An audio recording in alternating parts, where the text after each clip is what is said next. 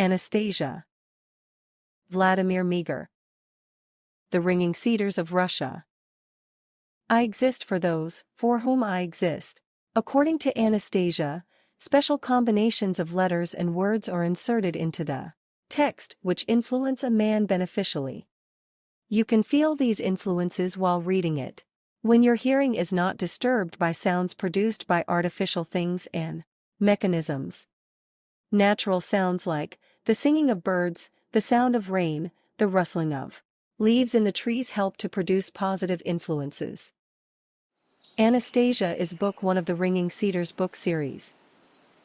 This series of 9 books tells the story of a remarkable woman named Anastasia, discovered in 1995 by a Siberian trader, Vladimir Meager, while he was plying the waters of the remote Oby River. Anastasia was born in the forest in 1969 to parents who died tragically when she was just a baby. Living for the most part without warm clothes, food, cultivation or man-made shelter, she has survived on fruit, nuts, berries and mushrooms, brought to her by wild animals with which she lives in peaceful harmony. Meager initially spent 3 days with Anastasia, during which time she displayed such astounding knowledge, power and wisdom that he abandoned his business and, at her request, began writing this series. She told him she would encode the books with an energy that would cause them to sell in the millions. Despite his lack of writing experience, this is exactly what happened. It is Anastasia's ability to strike a chord in the heart of the reader that makes these books so very unusual. The purity and power of her words is provoking an outpouring of joy and hope in people from all walks of life. The series has sold over 11 million copies and has been translated into 20 different languages. This is not the authorized English edition. Vladimir Meager, author of the Ringing Cedars series.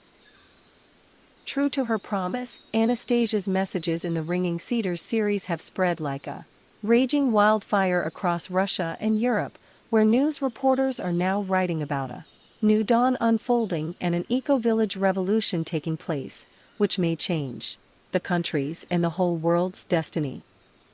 Vladimir Meager could not have known that his 1994-95 trade trips would change his entire life and affect the whole of humanity. Yet this appears to be the inevitable impact of his discovery of Anastasia and her remarkable messages for the world as chronicled in the Ringing Cedars series. Now English readers are excitedly devouring these books, with more than 100,000 copies sold already, and bookstores claiming these books are flying off the shelves. A wave of excitement is now sweeping the English-speaking world as every day hundreds more readers discover his books. Vladimir Meager presently lives near the city of Vladimir, Russia, 240 kilometers, 150 miles, east of Moscow. He can be contacted by email at meager@online.sinor.ru. Please note that he doesn't read or speak English.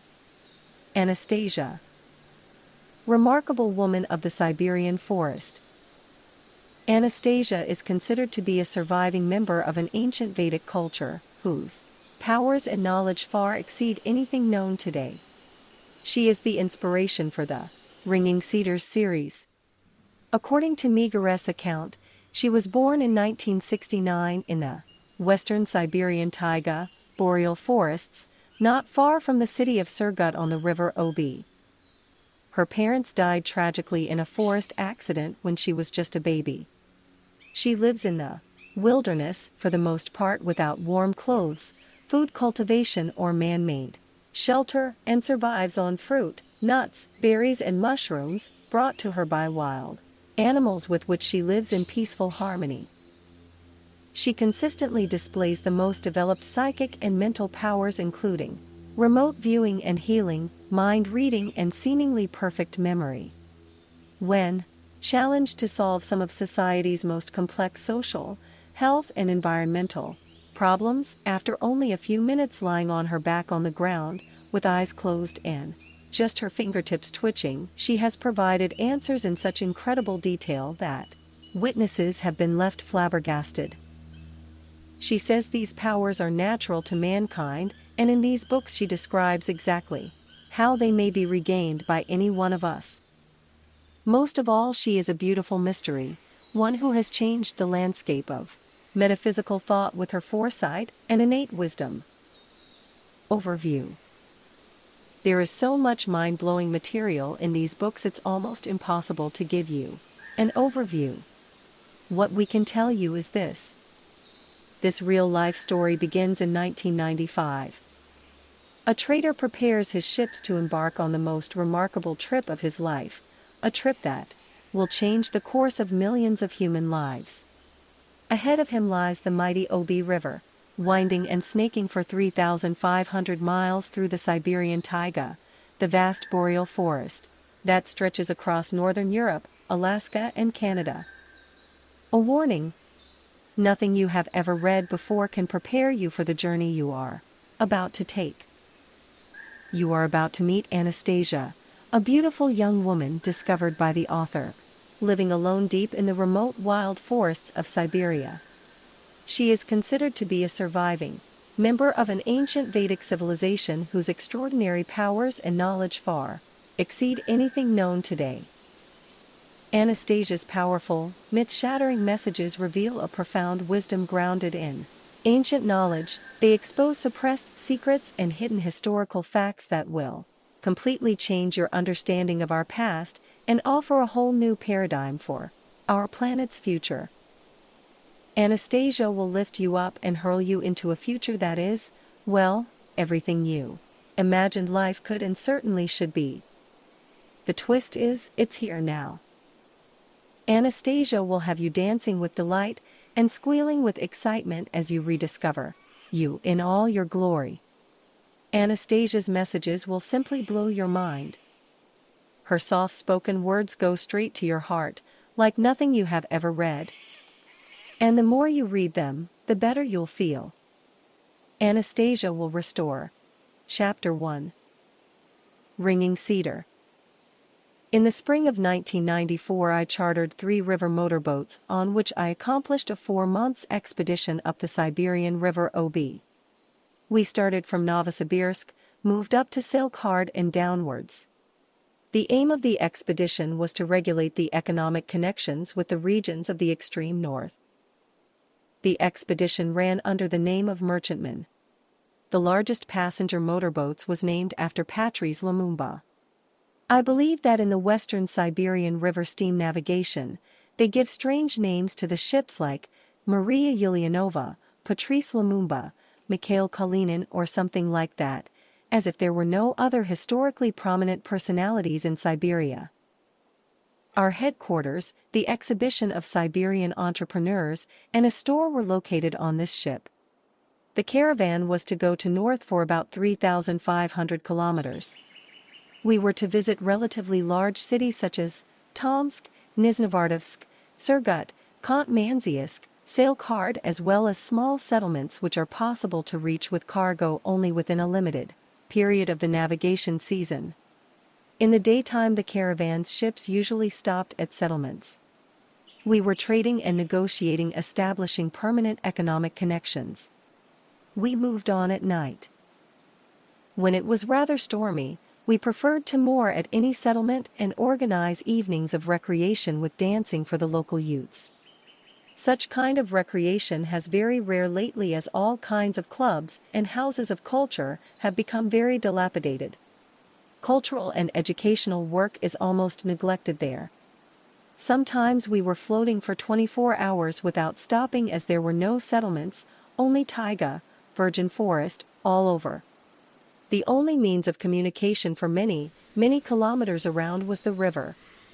At that time it did not occur to me, since it was outside my province, that at one of those kilometers fortune had prepared for me a meeting which would change my life completely.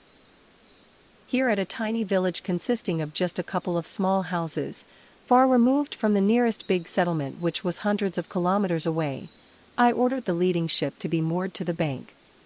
I planned to dock there for 3 hours, just to let my people relax while walking around the village. At the same time, it was an opportunity for the native population to buy some goods from us and in exchange to purchase fish and wild herbs at a low price. While there, two local old men addressed me as the leader of the caravan with a very strange request.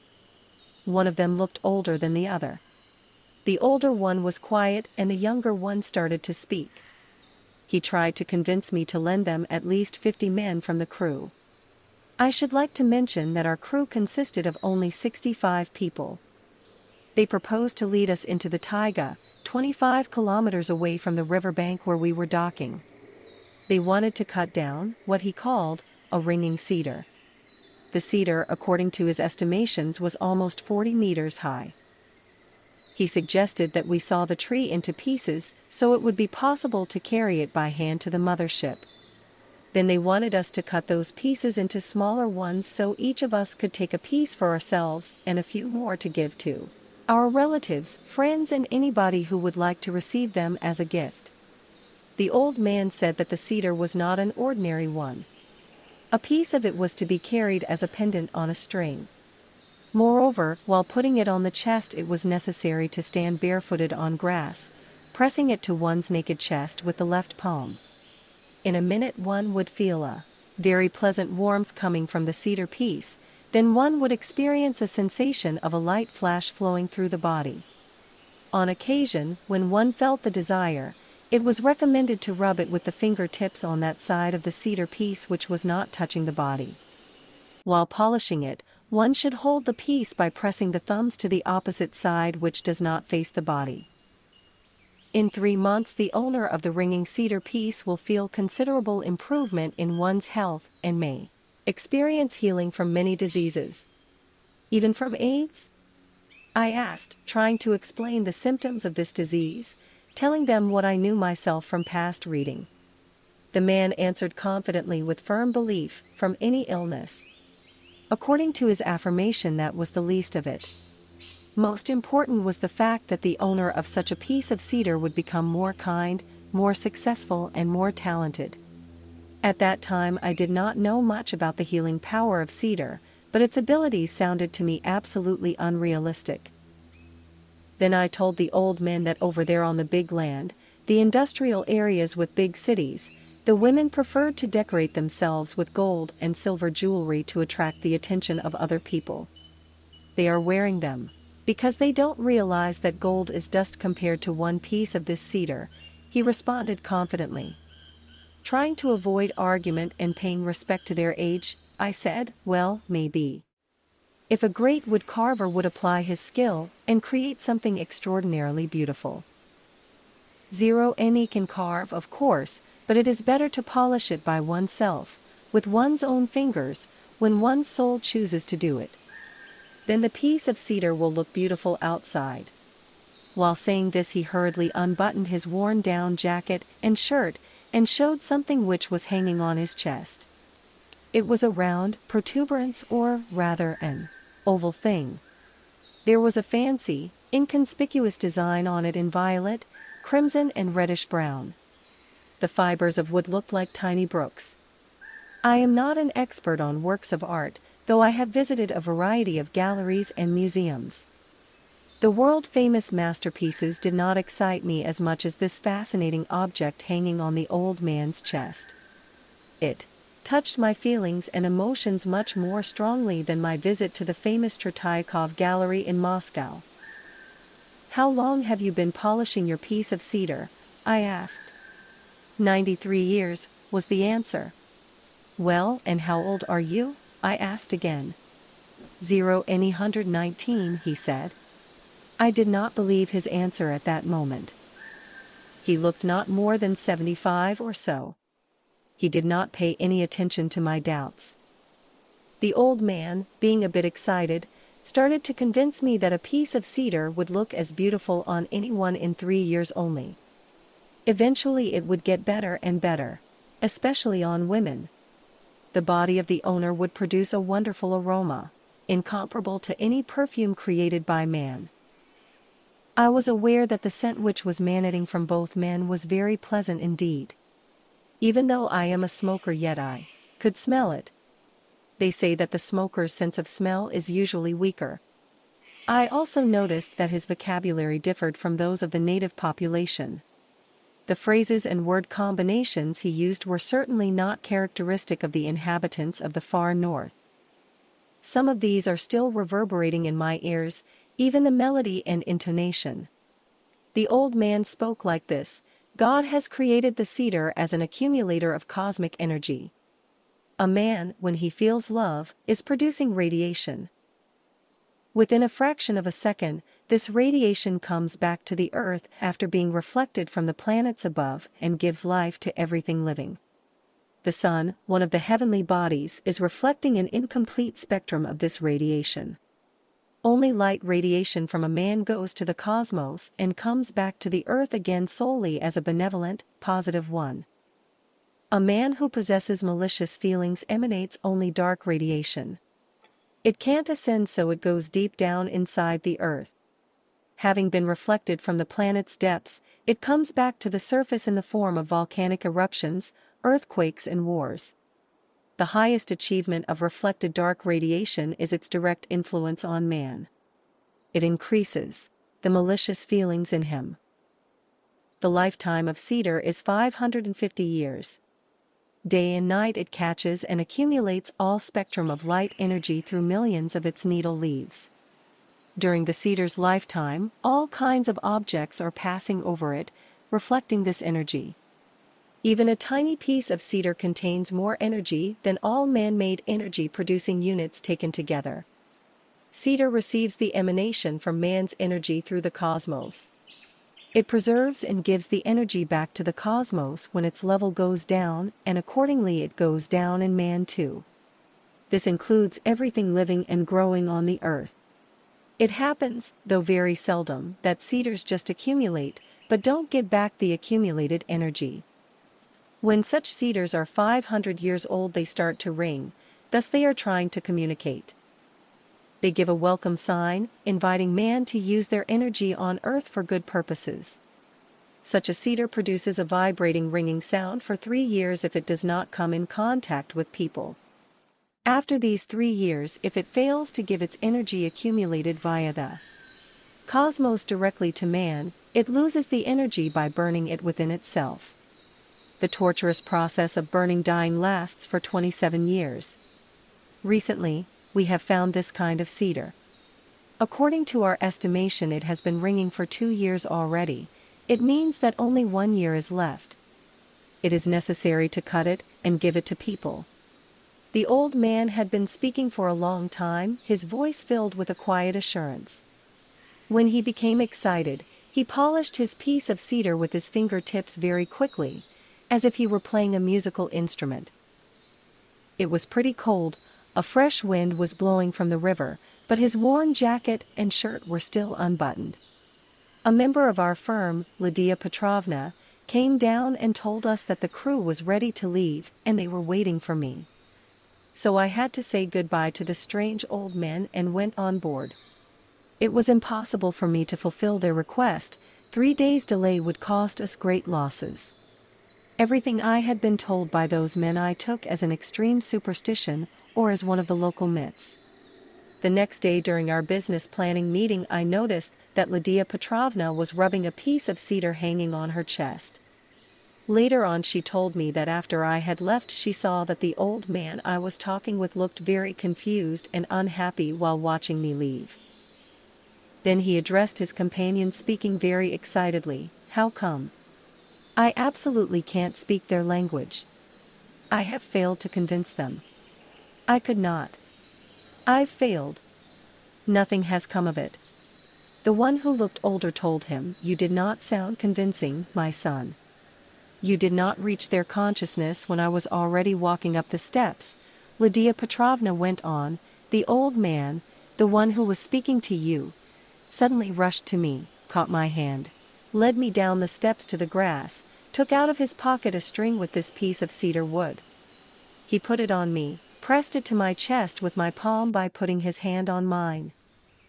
Immediately I felt a trembling sensation all over my body. When I was leaving, he kept saying, 'Happy voyage. Be happy, all of you. come next year. All the best to all of you. We shall be waiting for you. Happy voyage. I recalled that when our motorboat was casting off, I could see the old man waving his hand. Then all of a sudden he sat down on the grass. After a while I looked at them again through binoculars. The old man was still sitting on the grass. His shoulders were shuddering. The one who was older was bending over him, soothing his head. On our arrival back to Novosibirsk, I felt sick with acute pains. The diagnoses were duodenal ulcer and osteochondrosis of the thoracic spine. I was admitted to a hospital. While in the hospital, I was shielded from the everyday routine of the outer world by the quietness of the hospital room. It was a nice room, deluxe for one person, which provided me with a nice opportunity to analyze the results of the 4-month expedition and make a draft of a business plan for the future. Memory was bringing me again and again to my meeting with the strange old men and the subject of our discussion. Upon my request, friends and family members supplied me with all kinds of literature on cedar. By comparing all the reading, I became more and more amazed. Eventually I started to believe everything the old men had told me. Maybe they are right to some extent, or maybe they were 100% right, I thought to myself. The books on folk medicine tell much about the cedar's healing power. Everything, starting with the needle leaves to its bark, has highly efficient healing qualities. That was what the books said repeatedly. They reported that the texture of cedar wood looks very beautiful, and it is widely used by craftsmen. I learned that it is good for furniture. It is also used for the resonance boards of musical instruments. The cedar's conifer has highly phytocytic properties and the ability to disinfect environmental air. The cedar timber has a special, very pleasant balsamic flavor. If you put a small piece of cedar wood in a house, it will keep moths away. Popular scientific literature also points out that the quality of cedar growing in northern areas is much higher than those in the south. Back in 1792, academician P.S. Pallas wrote that the Siberian cedar nuts rejuvenate man's power. They also bring back youthfulness, stimulate the immune system considerably, increasing the physical body's resistance against many diseases. World history knows a great number of historical phenomena directly or indirectly connected with cedar. Here is one of them. A half-literate countryman, Gregory Rasputin, from a remote Siberian village, was from the region where Siberian cedar grows. He came to Moscow in 1907 when he was already 50 years of age. He startled the royal family, where he was heartily welcomed. Because of his prophecies, he was sexually involved with many distinguished ladies. Those who were trying to kill him were shocked by the fact that, having been hit by many bullets, he was still alive. His vitality was amazing. The secret was that he had been brought up in the region where cedar grows, and he had been fed on cedar nuts. The journalists of that period summarized his endurance. At 50 years of age, he could start an orgy at noon, continuing his drunken ordeals till 4 a.m. After erotic involvement and drinking heavily, he went right to church for morning services, where he prayed till 8 a.m. After returning home, he drank a lot of tea as if nothing had happened before. Grishka received visitors till 2 p.m. Then, accompanied by a group of ladies, he went to a Russian bathhouse with a steamer and then went directly to a suburban restaurant. There he repeated the previous night's performance. No ordinary man could possibly stand up to that kind of routine. Today, the several times world and Olympic champion in wrestling Alexander Karelin, currently unbeatable, is also a Siberian, again from the region where Siberian cedar grows. The strong man has eaten cedar nuts all his life. Is this by chance? In Russia, people usually wish you a Siberian health. I am just giving you the facts which one can find in press issues or popular science literature, or what living witnesses can prove. One such witness is the previously mentioned Lydia Petrovna, who had received the piece of ringing cedar wood from the old man. She is 36 now, married, a mother of 2 children. Her colleagues who are in touch with her have noticed the great changes which have happened to her. She has become more benevolent and smiles more often. Her husband, whom I know also, has told me that lately they have more mutual understandings. By the way, he mentioned that his wife had even become younger looking and has stimulated more feelings in him, and, to add to it, more respect and even love had appeared in their relationship. Yet, all these facts and proofs are nothing in comparison to the most important ones, which anyone can find in the Bible. After reading the Holy Scripture, all my doubts disappeared like morning fog. The 3rd book of Moses in the Old Testament teaches how to heal people and disinfect houses with cedar. The priest shall order that 2 ritually clean birds be brought, along with a piece of cedar wood, a red cord, and a sprig of hyssop. Leviticus 14:4. When I compared all the facts and information collected from different sources, the world's wonders fade compared to this one. Namely, that the great mysteries which keep exciting human minds seem insignificant compared to the mystery of a ringing cedar. Now there are no doubts for me as far as its existence is concerned. Popular science literature and ancient scripts have scattered all doubts. The Bible mentions cedar 42 times in the Old Testament. Moses from the Old Testament evidently knew about cedar much more even than the Old Testament records. We are used to the fact that Mother Nature provides us with different plants capable of healing different human diseases. Popular science literature proves the healing abilities of cedar. In addition, many serious and authoritative explorers such as the academician P.S. Pallas concur. At the same time, they all agree with what the Old Testament says. Now, I would like you to pay attention to the following facts. The Old Testament, pointing out cedar and only cedar, does not mention any other trees, but cedar alone. Doesn't this mean that cedar is the most powerful of plants existing in the realm of Mother Nature? What is it? Is it a medicinal organic unit? Yet, that is not all. The following story from the Old Testament reveals much more enigmatic things.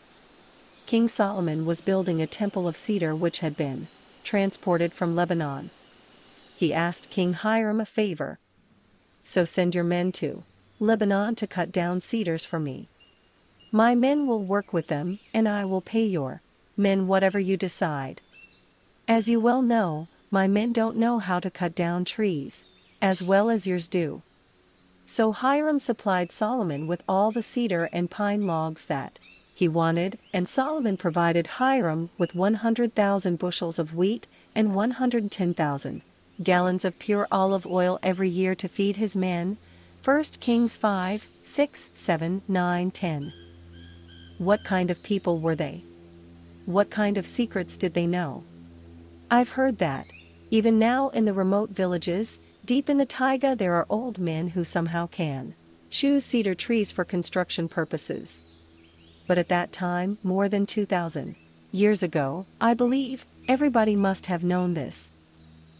However, even at that time very special people were required for construction work with cedar. The temple was constructed, they started inauguration services, and see what happened. When all the leaders had gathered, the priests lifted the covenant box and carried it to the temple, and put it in the most holy place. There was nothing inside the covenant box except the 2 stone tablets which Moses had placed there at Mount Sinai, when the Lord made a covenant with the people of Israel. As the priests were leaving the temple, it was suddenly filled with a cloud shining with the dazzling light of the Lord's presence, and they could not go back in to perform their duties. 1 Kings 8, 5, 6, 9, 10, 11. What kind of a cloud was it? How and from where did it enter the temple? What did it represent? Was it an energy?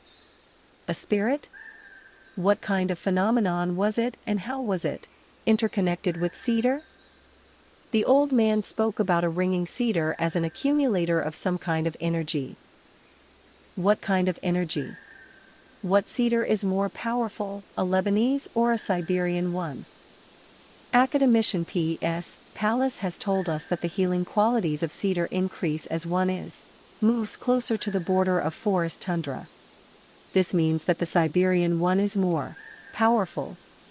The Bible reads, "Judge it accordingly to the fruit," which means that the Siberian one wins again. Why is this not more widely known? The Old Testament, the science of the previous century, and modern texts are of the same opinion about cedar. No contradictions exist. The mother of Agni Yoga teaching or living ethics, Helena Rurik, has said, at the king's inauguration rituals of ancient Khorasan, a cedar tar chalice was always present. Druids called a chalice of cedar tar a chalice of life, and only later on, when they had lost their spiritual consciousness, was it replaced by blood. The Zoroastrian fire came as a result of burning down the cedar tar in the chalice. Specifically, what did our forefathers know about cedar? Has its properties and actions been hidden till now? Could it be nothing? Does it belong to so-called lost knowledge? What do the old people know about it? Then suddenly something came to the surface of my memory, the age-old event which produced shivering all over my body, though, at that time, I did not give any meaning to it. At the beginning of our perestroika, the period which followed the crash of communism, I, being a president of the Association of Entrepreneurs of Siberia, got a call from Novosibirsk Oblspolikom, the Regional Executive Committee. At that time, the executive committees and regional committees of CPSU still existed. So I was asked to come to the meeting with a highly recognized Western businessman. He had a letter of recommendation from our government. Some of the entrepreneurs and the members of the staff from the Regional Executive Committee were present at the meeting. The Western businessman looked like a white shark. He had Oriental features. He was wearing a turban, his fingers were decorated with expensive rings. We were speaking, as usual, during these meetings about possibilities of cooperation in different fields. Then all of a sudden he said, "We could buy cedar nuts from you." While he was saying it, some kind of tension overwhelmed him, his sharp eyes stared, examining the reaction of those present. I have remembered this situation very well, because even at that time I was surprised, thinking to myself, why has he changed like this? What does it mean? After the meeting was over, the lady interpreter from Moscow, who was accompanying him, came up to me and told me that he would like to talk to me. The businessman said confidentially that if I organized absolutely fresh cedar nut delivery, I could have, besides the official price, considerable personal benefits. It would be necessary to deliver the nuts to Turkey, where they produce some kind of oil from them. I promised him to think the proposition over. Now I've made up my mind to investigate this issue and find out what kind of oil it was. I've managed to discover that at the London stock market, which is a world price standard, cedar nut oil costs up to $500 per kilogram. We were asked to deliver cedar nuts approximately at a price of $2 to $3 per kilogram for cedar nuts. I called one of my colleagues in Warsaw and asked him to investigate whether it was possible to reach the consumer directly as well as to get the technology of its production. In a month I got the answer that it was impossible either to reach the consumer or to get any information about the technology. Generally speaking, in this field the Western forces that were involved would rather stay away from it and forget about it. After that I turned to a good friend of mine who works at the Novosibirsk Institute of Potreb Consumer Cooperation, K. Rakanov. I purchased cedar nuts, financed the labor expenses, and in the institute laboratory they produced 100 kilograms of cedar nut oil. I also hired people who have discovered some interesting papers in the archive documents, which revealed that in pre-revolutionary Russia, and for a while after, there was an organization in Siberia under the name of Siberian Cooperator. The members of this coup were trading all kinds of oil including cedar nut oil. They had representatives in Khabarovsk, London and New York. They had a lot of money in Western banks. After the revolution, the organization fell apart and many of its former members left Russia. Krasin, a member of the Bolshevik government, had a meeting with the former chief of this organization and suggested to him to come back to Russia. But he answered that he would help Russia even more if he was out of the country. The archive materials read that the cedar oil was produced with the help of wooden presses. No metal should be involved, in many remote Siberian villages. These were located deep inside the taiga. Its quality depended on the time of harvesting and nut processing.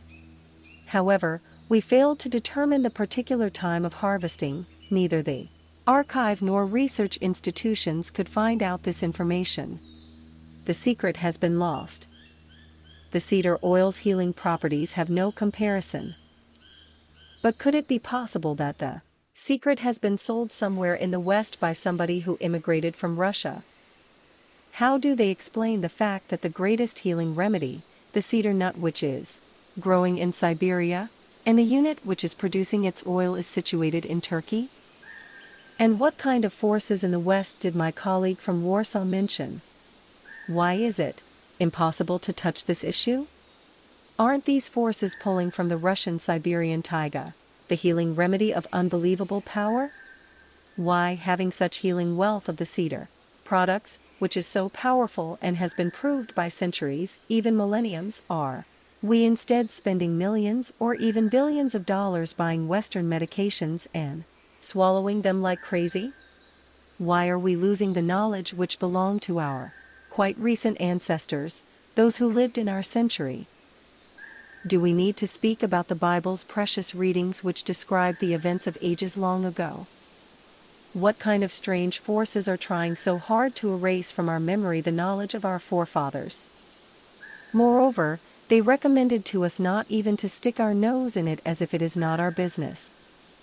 They are trying to erase these things from our memory. And they have managed to do it. Somehow this realization made me so angry.